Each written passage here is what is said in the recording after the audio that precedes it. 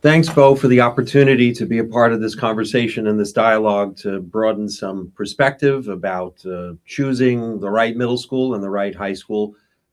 My name is Jim Hickey. I have been in secondary education for my entire professional career. I am currently the head of Austin Prep in Reading, Massachusetts. I've been head of school here 13 years, but in my entire arc of professional life, I've been a head of school for over 20 years. And a good evening to you all. And I'm Elizabeth Farrell, and I've been here at Austin for 3 decades now. Mostly in the science department, starting as teacher, then on to science chair. Now I have a really novel position, being instructional coach. Yeah, so we are happy to have you. Thank you so much for, planning out this webinar and providing this information to our families. So I know you both mentioned you're at Austin Prep, but do you all want to just share with us a little bit more about Austin Prep just before we jump into the questions? Sure. Austin Prep is an Augustinian Catholic school in Reading, Massachusetts. We're about 65 years old. The cornerstone was put on campus in 1961 by the Augustinian Friars, or sometimes known as the Order of St. Augustine. It is the same religious order that Pope Leo XIV is a member of. So we are part of, this school is part of that 1700-year-old tradition that goes back to Augustine of Hippo in the 4th century. Amazing. So a lot of history there. Just that's incredible. So as we're jumping in and as parents are deciding, which school and what's important to them, we're going to start this off by, talking about why this even matters. Why is this decision so important? And where can parents start and what should they start to think about as they're making such a big decision? So to give context to tonight's conversation, I'm going to refer very often back to mission. And it may be a little bit different than when some of the, the parents on the webinar might be expecting to encounter, because what happens very often in selecting or attempting to select the right secondary school, middle school, high school, the questions very often go to the quantitative aspect of selecting a right school. What are the percentages? What percentage has graduated? What percent goes on to college? How are they doing on their standardized test scores? What does it look like, in chemistry, exam grades, so on and so forth? They're using, they look for those numerical values to help make a decision. But from my perspective, I believe our perspective, absolutely, selecting the right school has much more to do with the qualitative aspect of it. And that's the irony. Parents are looking for the quantitative measure, but we believe that the way that you come to that determination as to what school is best for you, it's more about the qualitative stuff. And that qualitative stuff is really attached to mission. The mission of Austin Prep is to inspire hearts to unite, minds to inquire, hands to serve. It's very short, and it's that way on purpose. Probably goes back to a professor I recall that I had in college, where she said, if you cannot remember the mission of your school or your organization or your business, if you can't remember it in an emergency, if you can't recite it in an emergency, it's useless. Because it is those times when times are good and when times are bad, it's mission that gives context to everything. So why this perspective matters is because very often what's most important is what's unseen. It's again, the qualitative piece, that which you can feel, it's palpable. It doesn't necessarily manifest itself in a statistic or in a number, but you just kind of know when you're there. So some of what we'll discuss tonight is things that you should be looking for so that you get that feeling that this place is right.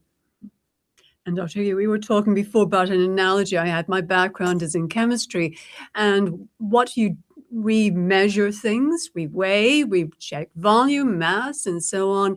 Yet what holds everything together in stability is binding energy.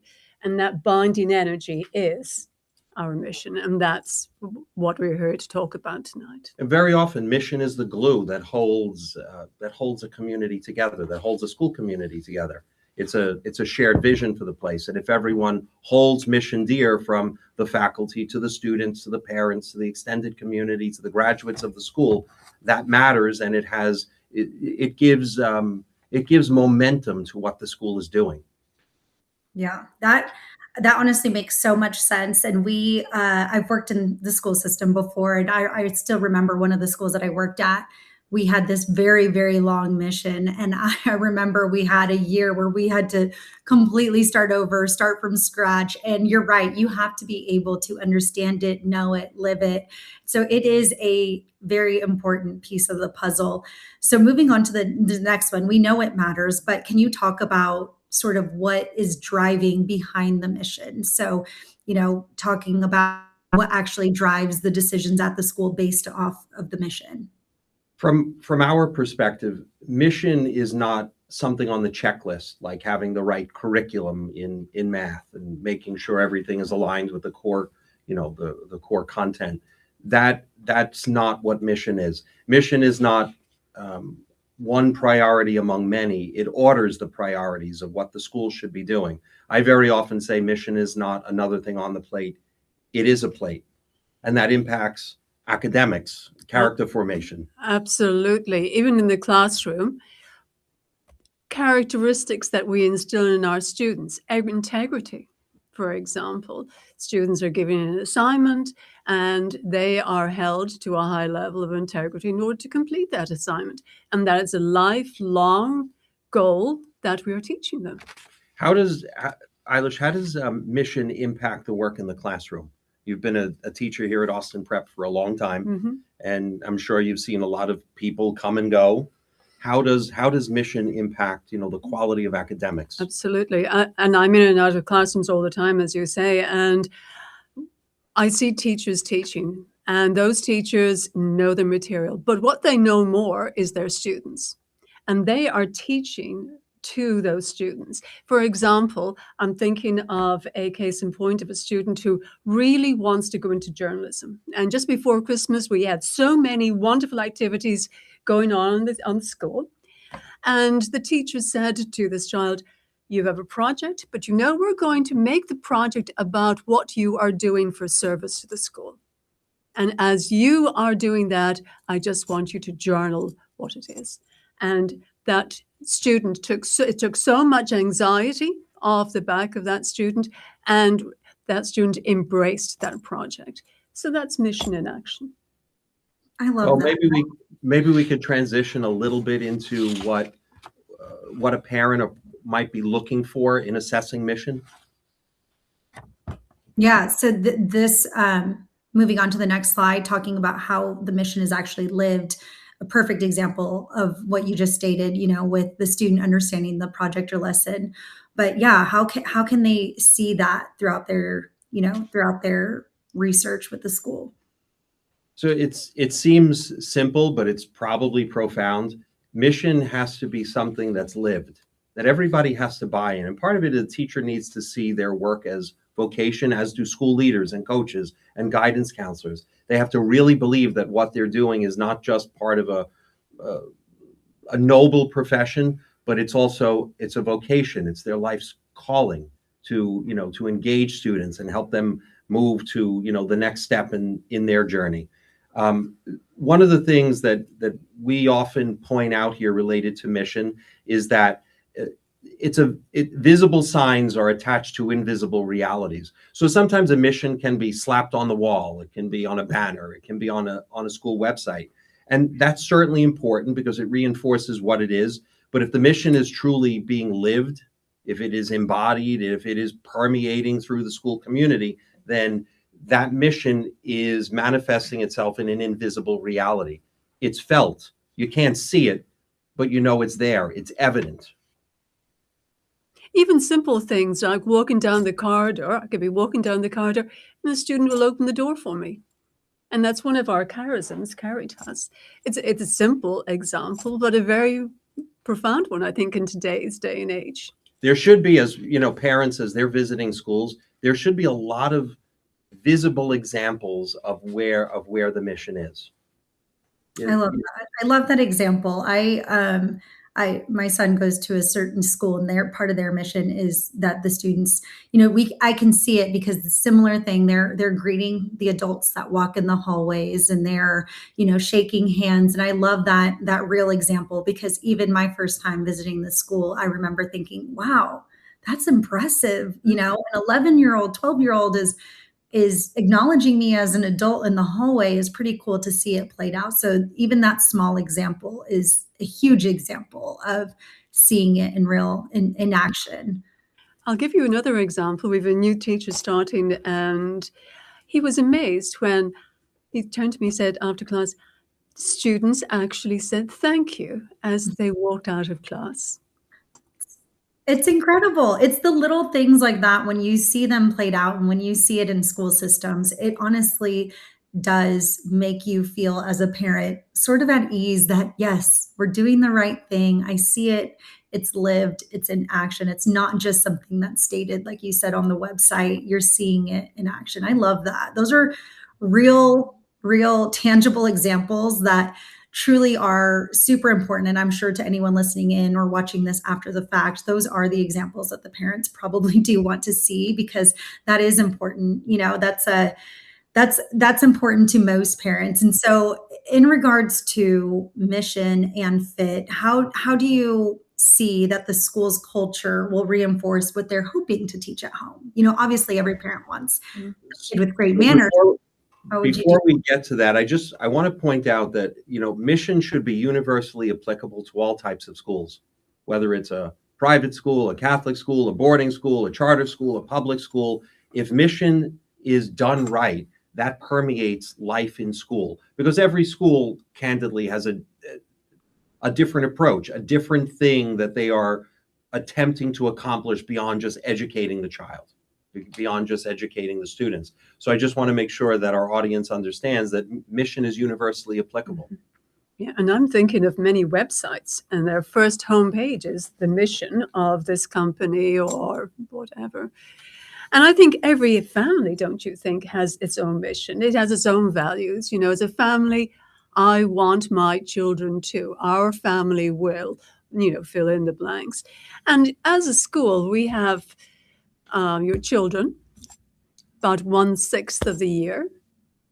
So there has to be a great communication between family and home. And there can't be a disjointed nature between those two in order for an ease of growth mentally, intellectually, emotionally to happen with that child.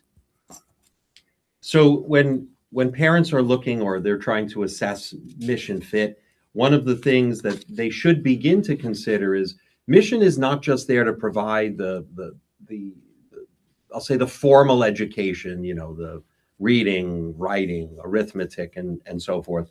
Mission is there to help students grow. So one of the things that parents can ask is, how does mission help guide a school through difficult moments? Because as we sit here and talk about mission, you can easily, draw a conclusion. Well, mission is just for those times when things are great, when things are happy, when there's a championship team or someone got a 1600 on the SAT, or there's something really to celebrate. Mission is also there to help guide the school during challenging moments, because schools are complex places, or as I often say, schools are messy places. It's lots of people with lots of perspectives from all different walks of life. You have a parent perspective and a student perspective and a faculty perspective. And invariably, those perspectives don't always align 100% of the time. And sometimes that misalignment causes friction.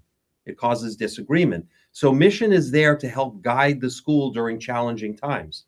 So parents, as you're looking at new schools, one of the things that you should be thinking about is, whatever the mission of the school is, how does it help guide the school during difficult times, challenging moments? How does it help us stay focused? How does it make sure that we are staying on the right journey?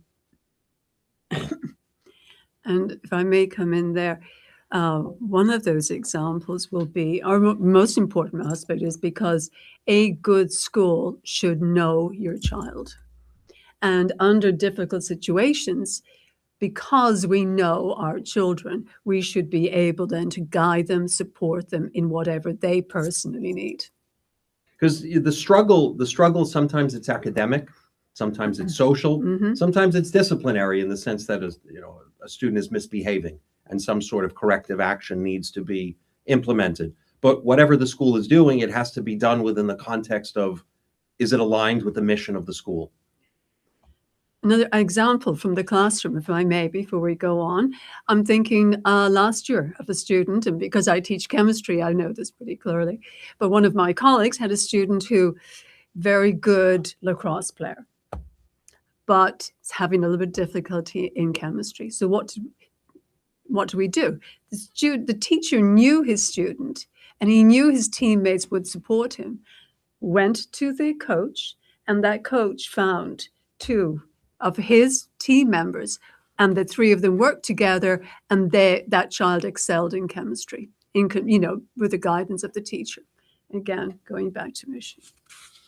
Yes, I think that's a perfect example of seeing the whole child and knowing that everyone in the school system, as a former school counselor, that was our goal, was we're all working together and we're all communicating and we are all a team, to see the whole child through the process. So that's super important.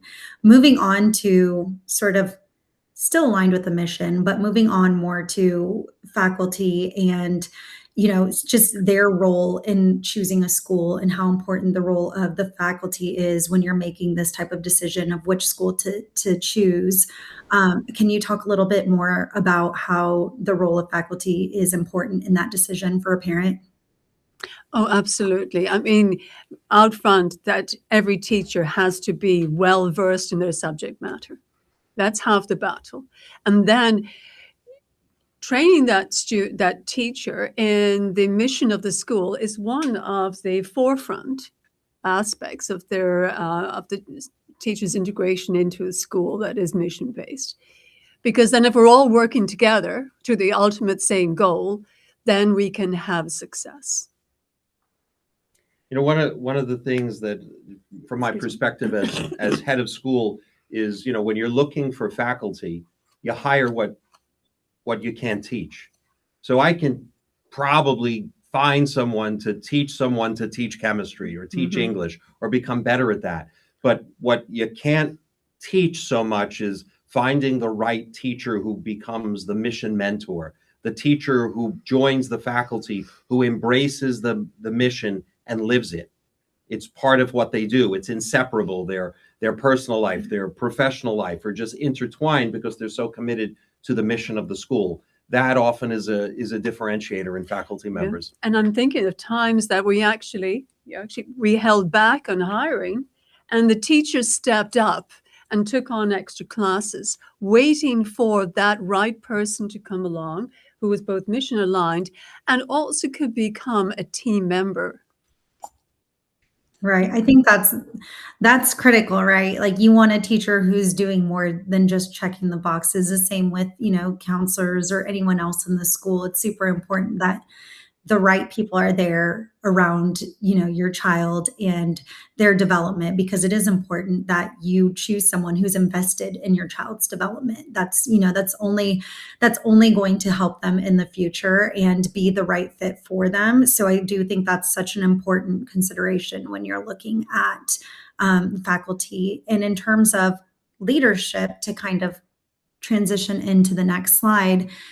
So leadership stability, can you talk about why parents should be taking that into consideration and keeping an eye on the leadership stability that the school has when they're making that decision?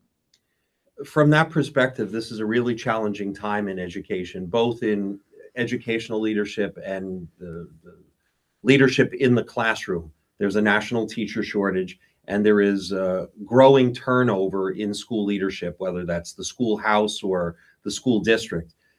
When I started here about 13 years ago, the average tenure of a private school head was about 10 years. It's now down to 5. On the public side, school superintendent in Massachusetts is 3 to 4 years average tenure.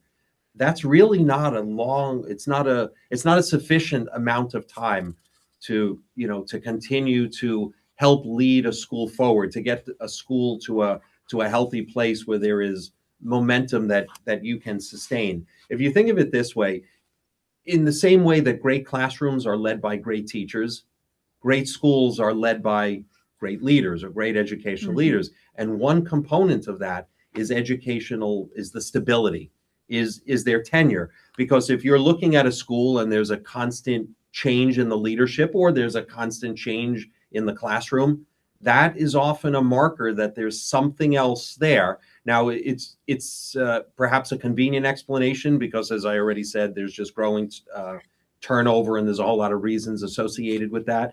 But there's also that national teacher shortage. So I also, in saying that, you need to be cautious and thoughtful there as you're looking at the turnover, or you're looking at whether it's the turnover in the principal's office or turnover in the classroom. A parent also should not be so quick to say, well, there's really a problem there, because there are external forces at play that are causing those things to happen. And just as we look from teachers and we want our teachers to know our students, a leader who has longevity knows his faculty, her faculty. And in that way, how to communicate with that faculty member and raise them to that next level. As we do with our students, we challenge them to be the best they can be. So in the same way that, the faculty may appreciate the school leader that knows them, I think students appreciate when teachers know them. If you could transition to the next slide. Yeah, being known as a student. And Elizabeth, you said you were there for 2 decades, so they know you. Three. You were well known there, but yes, a few more years beyond that as well, but definitely 3 decades at Austin. Great decades, actually. That's incredible. That is amazing, and I'm sure you are, famous in those halls.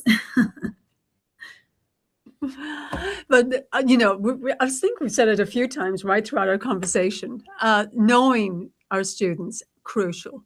We can guide them along the way. We can teach them the theory, but unless they can take that theory and to put them into practice, we're not building the overall individual. One of a key program that actually works very, very well is an advisory program for students, where one faculty member would have 10 students that they are specifically the advocate for, or for whom they have the advocate, to be more correctly. And they champion those students, and they know those students inside and out. They know their strengths, they know their goals in life, then they try to guide them in their choice of subjects, for example. They guide them in, it's time now for you to step up to be a leader in your club. It's time, I've seen you in clubs playing baseball. Why don't you go out for the baseball team? So that is what a true teacher, which is a vocation. We've spoken of the vocation of a teacher. That's what a teacher is actually, a really great teacher is doing, looking to the all-around individual, knowing your student. And every school may not have a program that's formally called an advisory program. True. So the parents should be looking, what does the advisory program look like? So in some schools, it's formalized, where there is a trusted adult who's responsible for, 10 or 12 kids. The group is small so that the adult can really get to know who their students are and advocate for them and so forth. But schools may not have it set up that way. They could have it set up differently. In the end, what parents should be looking for is there some sort of support structure? Is there some sort of mechanism in place where this school is really endeavoring, really making an effort to know my child? Because when students are known, they thrive. There's lots of research that supports that. Yeah. So irrespective of what it looks like, it has to exist. Once you identify it's there, then you can ask some more questions about ratio and, how many advisors are there, or how many students per advisor, or how is it broken down and by department. There's lots of ways to go about it.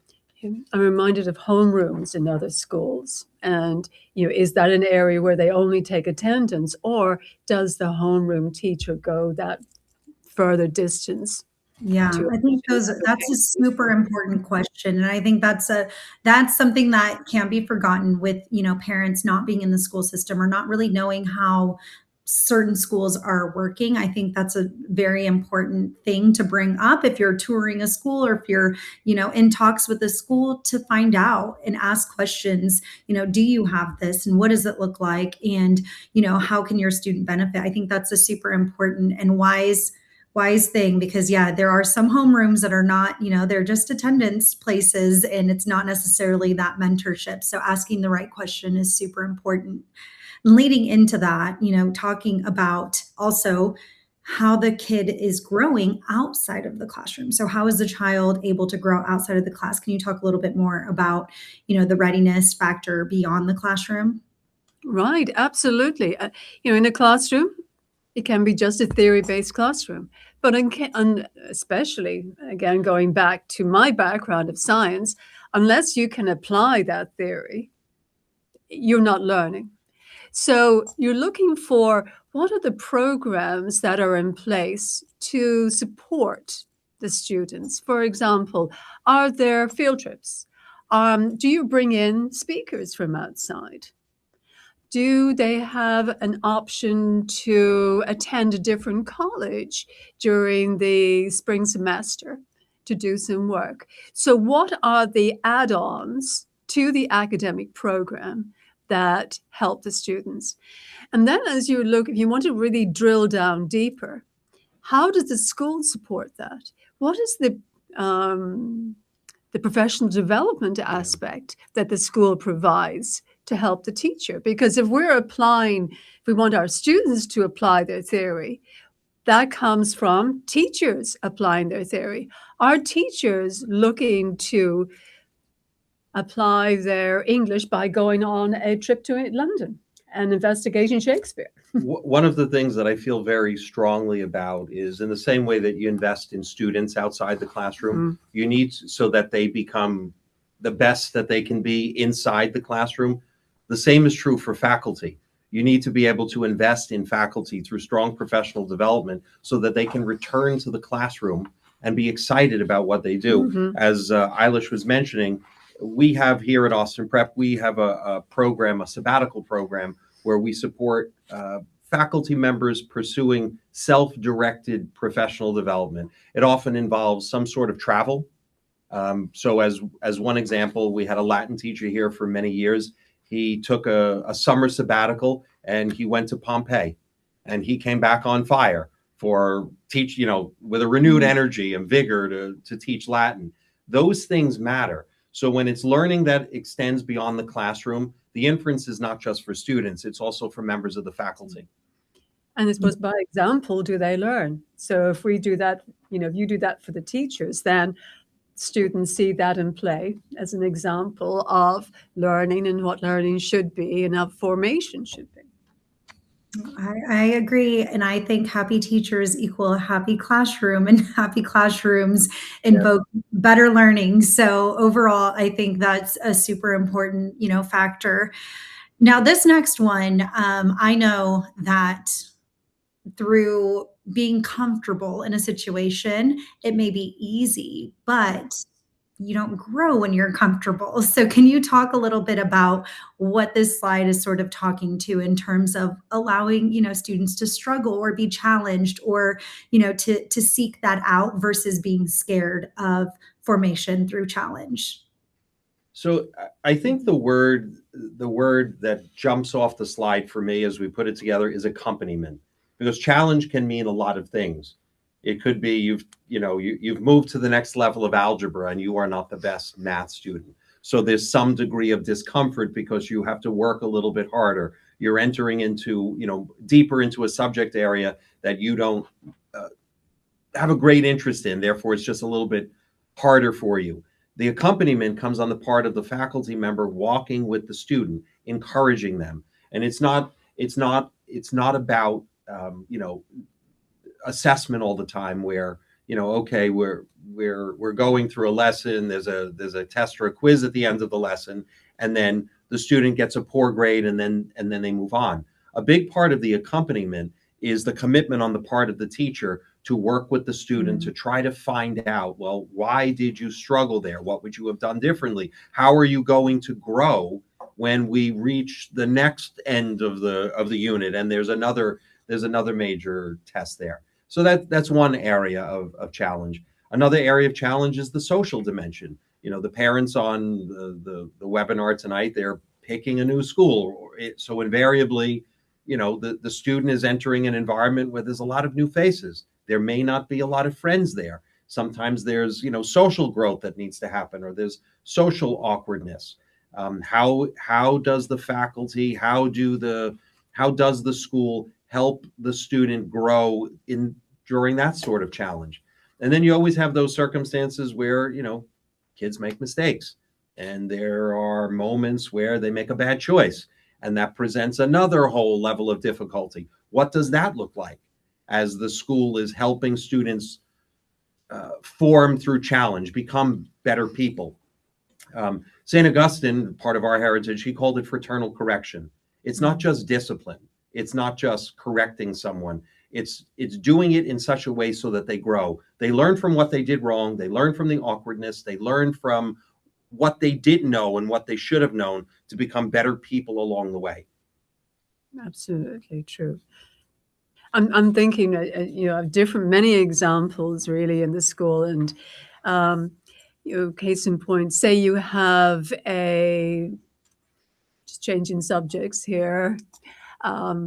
So we have a group of students who, they just cannot get their head around Shakespeare's Hamlet. So what do? They bring in the social studies teachers, and they work together to put context and blend it out from there.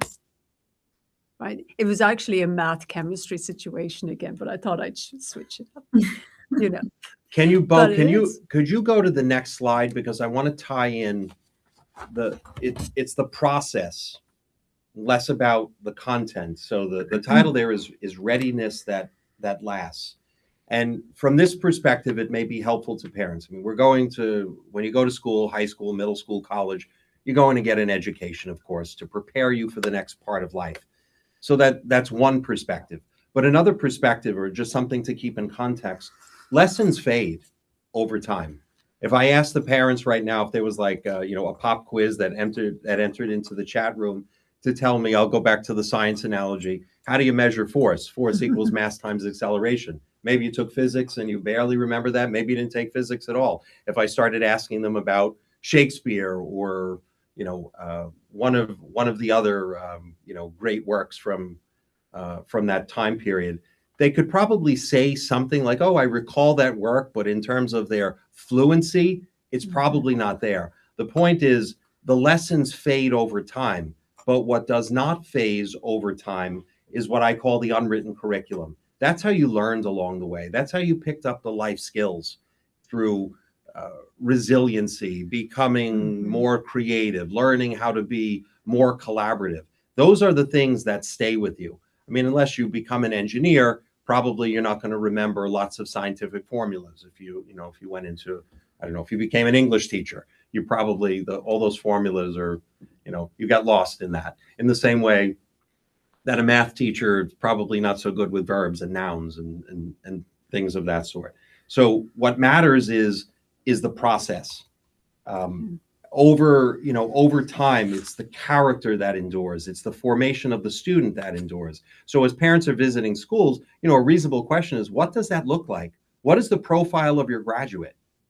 At the end of middle school, at the end of high school, are there characteristics or that you hope that your students will embody, characteristics that are going to last for a lifetime? Because in the end, if those things are there, what blends nicely together is doing well and doing good. It's the character formation that matters in the end. And I tend to find that if somebody has strong character, that's the doing good part. 100%. But they're also doing well in their field, in their area of interest. So the lessons fade. The unwritten curriculum is what remains. Yeah, and I feel like that's if you're in a school where it's exemplified, and it's just becomes a part of who you are. It's not something that has to be worked through because you are, like we talked about earlier, living out that mission, and it becomes a part of your child. So I do think that that is something to consider. Moving into sort of the next question, talking about just practicality, can you kind of talk about what parents should be thinking when it comes to, how the school can realistically work through what their family, can benefit from in a practical sense? This is more the nuts and bolts. So let's say Mm. hypothetically you find a school where the mission speaks to you. This is where I want my child to be, but the school is far. It's 75 minutes each way in the morning, in the morning commute. You have to ask yourself, like, can I realistically do this every day? Is this something that's achievable? Do we need to relocate to, another town closer to the charter school or the vocational school or the private school? As excited and as interested as people may be on the mission side of things, the other stuff has to work too. The logistics have to be there. And those are the things that sometimes get overlooked. People get so excited about what the school may offer or how the student may benefit. And we see it here. I just didn't realize that, when I came to visit the school, it was in the middle of the day and there was no traffic. But when I'm dropping my kid off in the morning, or my kid is sitting on the school bus for a lot longer than my son or daughter thought that I'd be sitting on the school bus, he would, you get the point. Those are the things that sometimes get lost, but they need to be asked. And that's not really a question for the school.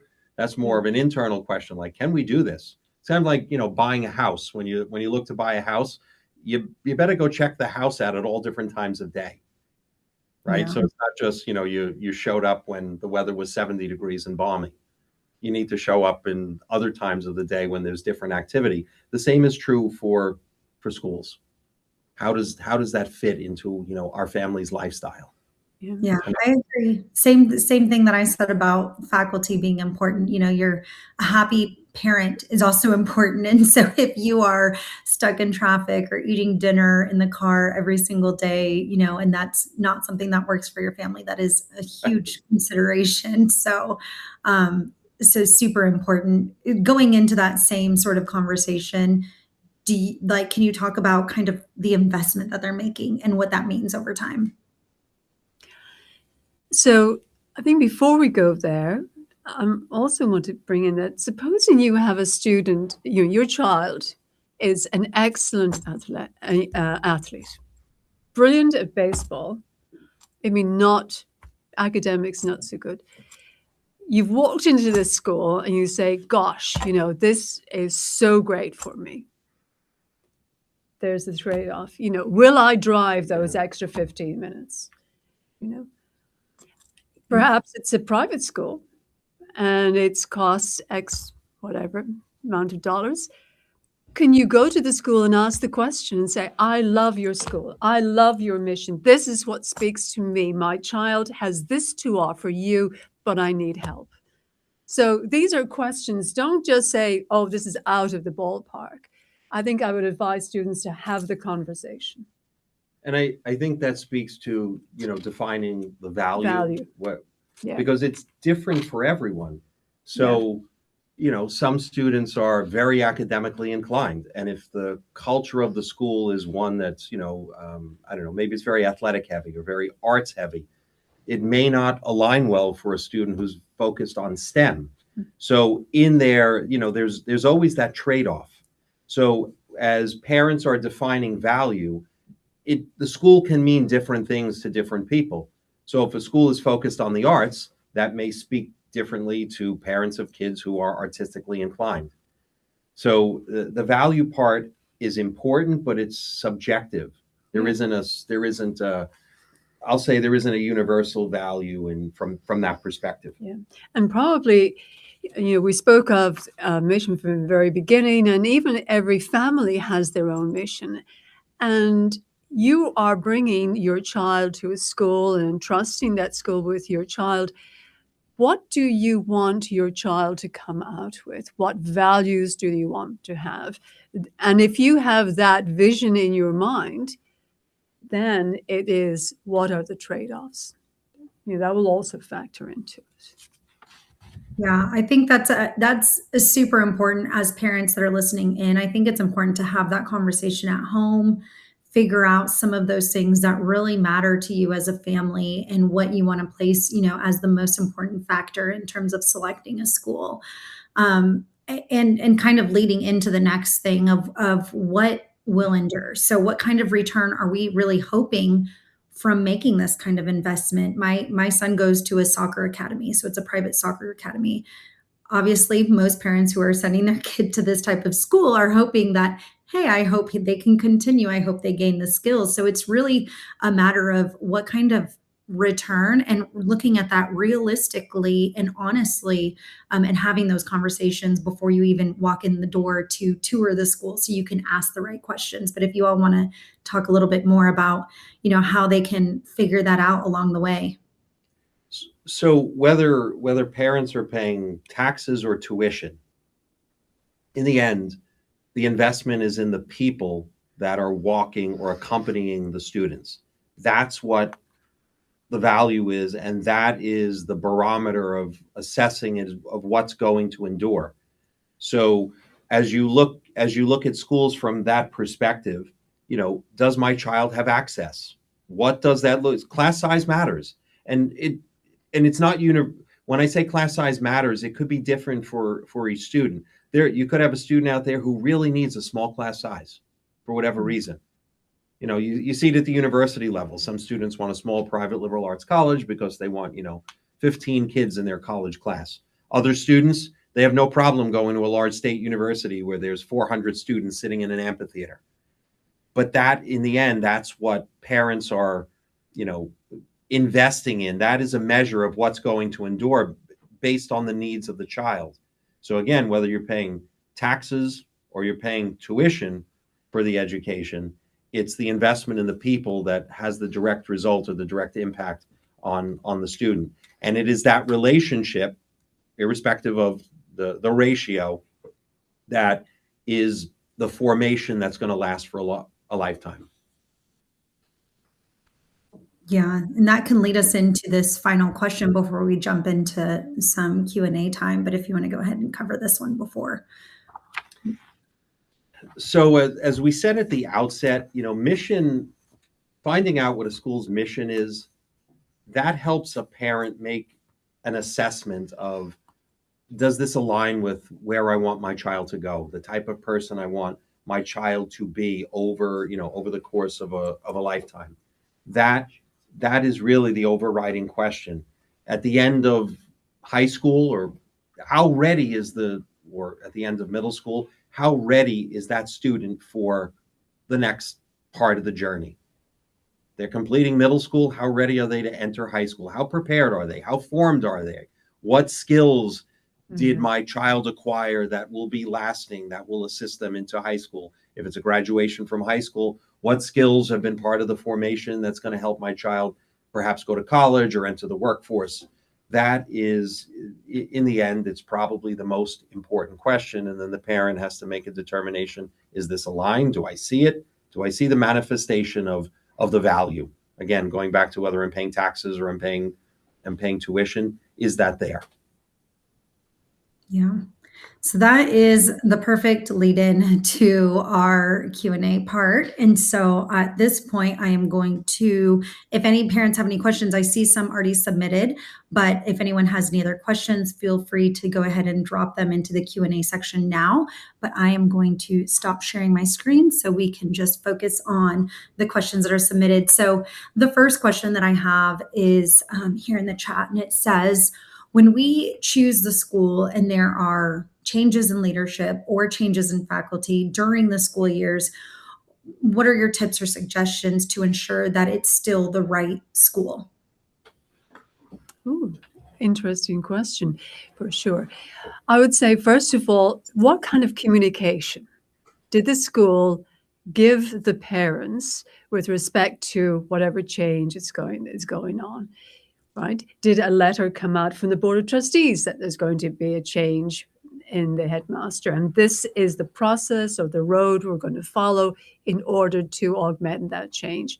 Likewise, in the classroom, did the parents receive communication from the academic office to say, we are changing teachers?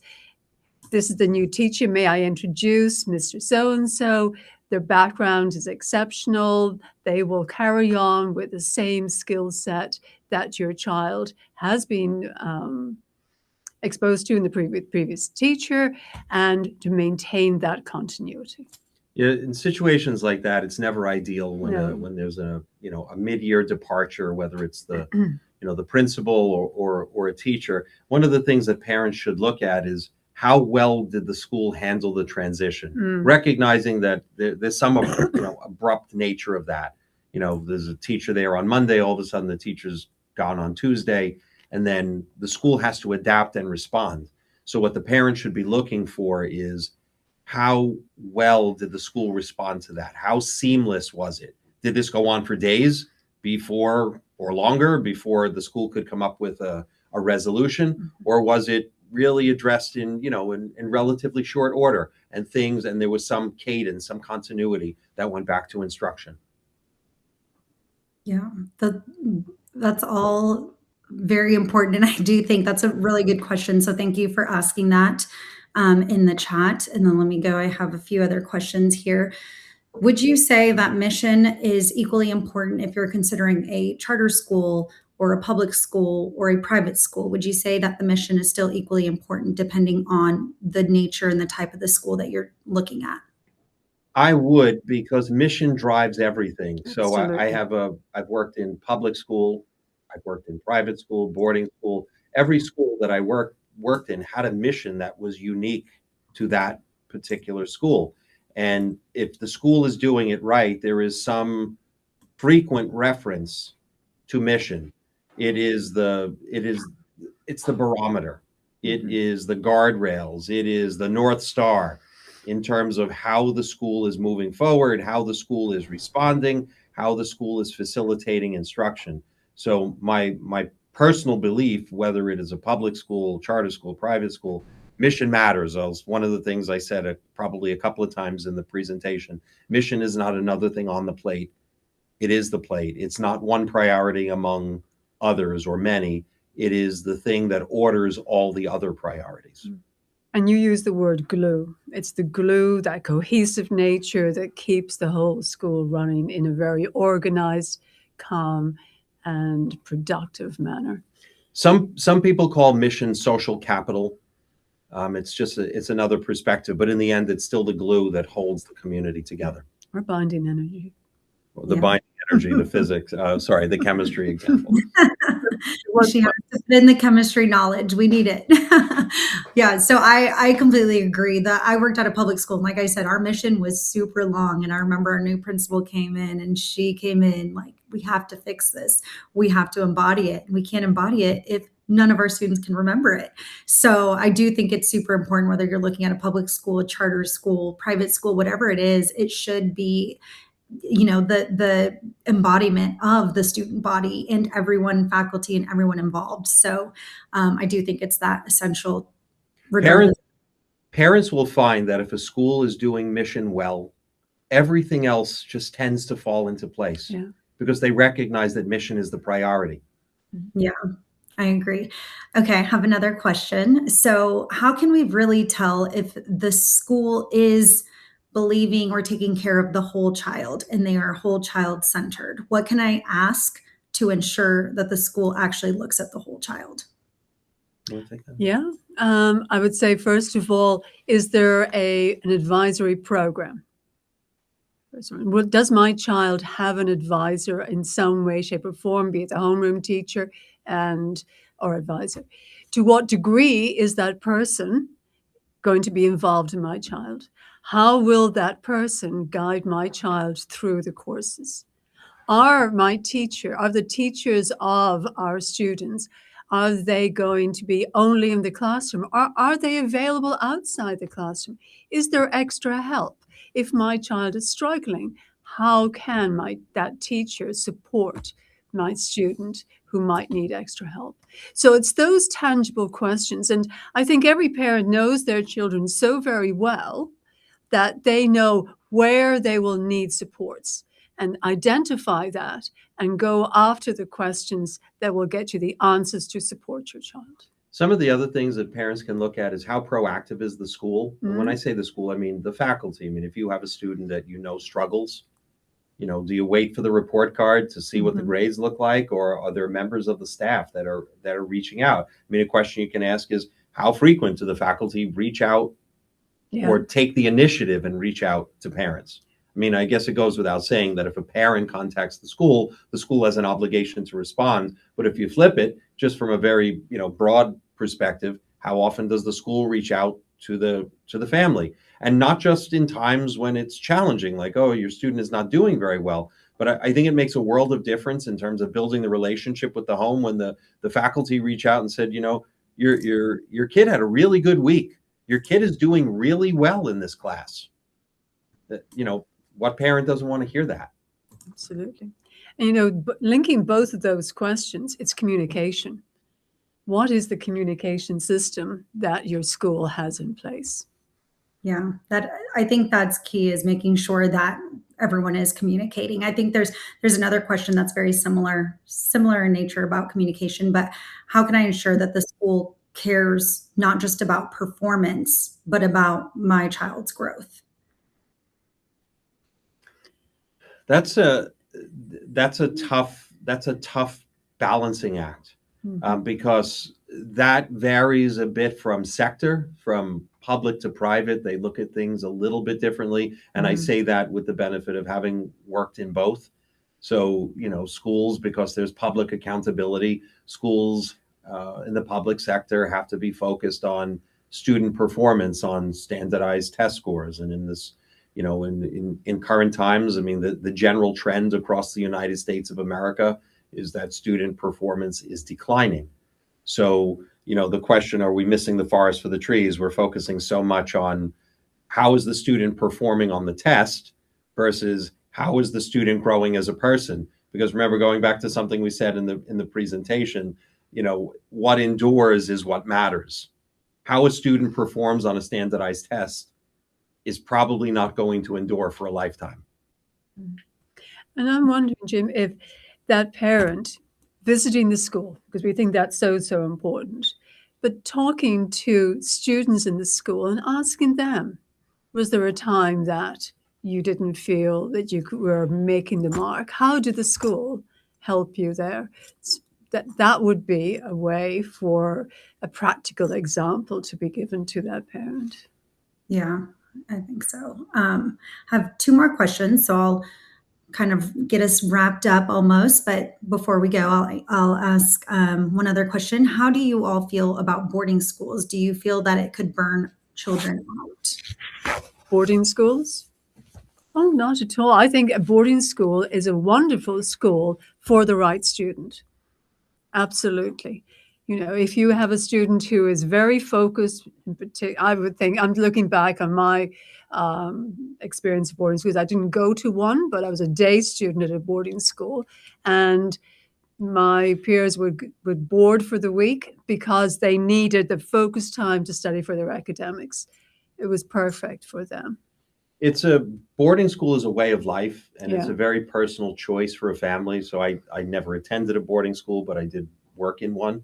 And I just found that it becomes a way of life for people who are, students who are enrolled there, in the same way that a day school is a way of life, like packing the kids in the car and driving them every day and stopping to get your morning cup of coffee or, whatever breakfast snack you can pull in with the coffee. It's a way of life. Yeah. I think it really depends on your child. Like I said, I have two children, and I have one who's in public school at the moment. I have another one who goes to a soccer academy, a professional soccer academy, and he trains 3 hours a day. To my daughter, that's her worst nightmare, so she would absolutely hate it. So I think it's also really good to just evaluate your situation. As a parent, your children, you know their quirks, what they can handle. Just like I think you said earlier, Dr. Hickey, you said something about colleges and the environment, whether it's a large lecture or a small classroom. I have been a counselor for so many years, and I have had students that prefer one or the other. And sometimes it's not what you expect. It's my quiet student who prefers the lecture in the huge classroom because they can sort of, be invisible for a moment and just focus. And they want that. They don't want to be called on. And so you just never know. But I think it's having those conversations and really talking to your children about what they would prefer and what they would enjoy. And if schools have visitations, if they can do a full day or evening visit, then having them test it out, I think is so crucial. And I will wrap us up with the last question, which is kind of great because it's what we've been talking a lot about, but how can you tell visibly if the school is actually following through with their mission? They are a mission-oriented school. I'm going to say much of that is parental instinct. This is the intangible part. Sometimes you enter a situation, you're assessing something, you're looking at something, and you just know. On some level, it has to be apparent. It has to be self-explanatory. If there's an awkwardness or people are struggling to explain what the mission is, there's something wrong. There has to be an organic part to visiting the school, and then a parent or a student saying, there's something going on here, something that's different, something it's unique, it's apparent, I can't see it, but I can feel it, it's palpable. That's the part I referenced about Augustine saying that symbols are visible signs of invisible realities. And the symbol could just be something as simple as, the mission statement on a wall. Just because it's there doesn't mean that the school is living it. The invisible reality could be the school is really living mission, or the invisible reality could be the school doesn't know where to begin on how to live its mission. Right. And then you walk through the corridors and nobody's saying hello to you. You're saying in your mission that Caritas is part of your mission. There it goes. The openness as well is another factor, I think. Yeah. On visiting school. Well, I hope this has been helpful. It may have been a little bit different than what parents were expecting, but from my experience, mission matters. Yes, I love that we're ending on that note because it is super important. And like I said, it's the simple things, honestly, sometimes as parents that matter the most. Things like manners, things like, are they greeting adults? And it's those little things sometimes that make all the difference in the student's academic and future life. So I want to thank you guys so much for being here, for participating in this conversation and giving parents really thoughtful and insightful questions to ask when they are trying to make such a big decision. We know this is a huge decision. Your kids are your world and you want to choose the right academic environment. So this is an important conversation. And I am super grateful and appreciative to have you both on. You are the experts here. And we are very grateful here at Niche to partner with you all and have this webinar. And I just want to highlight that if you all want to take a screenshot of their contact information, like I said, please feel free, even if later in the evening something comes to you and you're like, man, I wish, Dr. Hickey could answer this, send us your questions and we will try to make sure everything gets answered. We will be recording this. And again, I want to thank you all for taking the time to be here. I know it's the evening, your families, you have kids, you're busy individuals. And so we really appreciate you taking the time to be here with us tonight. And without further ado, I guess I will close this out. Thank you so much to both of you. I really appreciate it. All right. Thank you, everyone. So much. Goodbye.